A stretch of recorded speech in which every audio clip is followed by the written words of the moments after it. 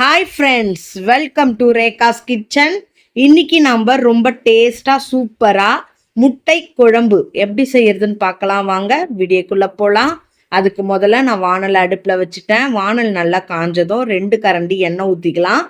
அது கூட 2 இலை, 2 பட்டை, 4 கிராம்பு, 2 ஏலக்காய் எல்லாத்தையும் போட்டு வெங்காயம் 1 கப் அளவு போட்டு நம்ம நல்லா வதக்கிக்கணும்.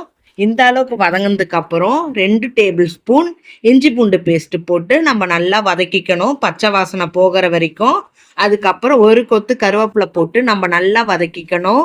அது கூட 2 தக்காளி பழம் ஆட் பண்ணியிருக்கேன். அதையும் போட்டு நம்ம நல்லா தக்காளி பழம் மசீர அளவுக்கு நல்லா நம்ம வதக்கி எடுத்துக்கணும். இங்கே பாருங்க, இந்த மாதிரி நம்ம நல்லா வதக்கிக்கணும். இப்போ ஒரு மிக்சிங் பவுல் எடுத்துக்கலாம். அந்த மிக்சிங் பவுலில் தேங்காய் 1 கப் அளவு சேர்க்குறேன், சின்ன கப்பில். அது கூட 1/2 டீஸ்பூன் சோம்பு சேர்த்துருக்காங்க. இப்போ நம்ம இதை நைஸாக நம்ம அரைச்சிட்டு வந்துடலாம். இப்போ நம்ம வதக்கணும் இல்லைங்களா, அதில் நம்ம ஆட் பண்ணிப்போங்க, ஊற்றிக்கலாங்க.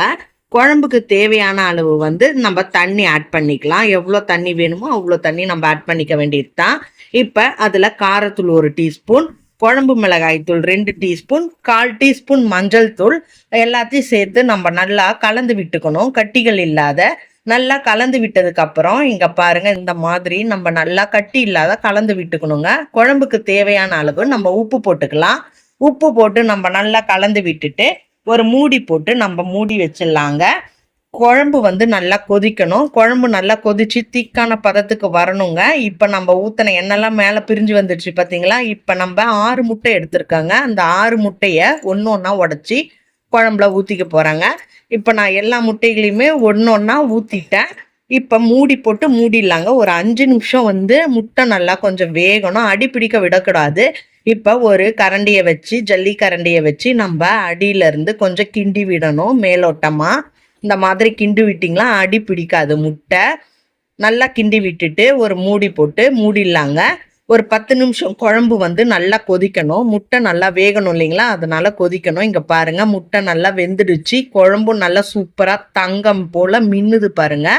அவ்வளோ அருமையாக இருக்குங்க இந்த முட்டை குழம்பு. டேஸ்ட்டு சூப்பராக இருக்கும். நீங்களும் இதே போல் உங்கள் வீட்டில் ட்ரை பண்ணுங்கள்.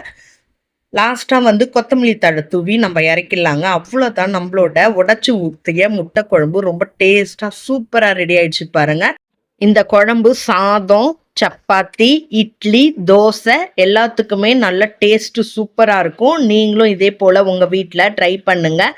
இந்த வீடியோ உங்களுக்கு பிடிச்சிருந்தா லைக் பண்ணுங்கள், ஷேர் பண்ணுங்கள், கமெண்ட் பண்ணுங்கள், மறக்காமல் சப்ஸ்கிரைப் பண்ணுங்கள்.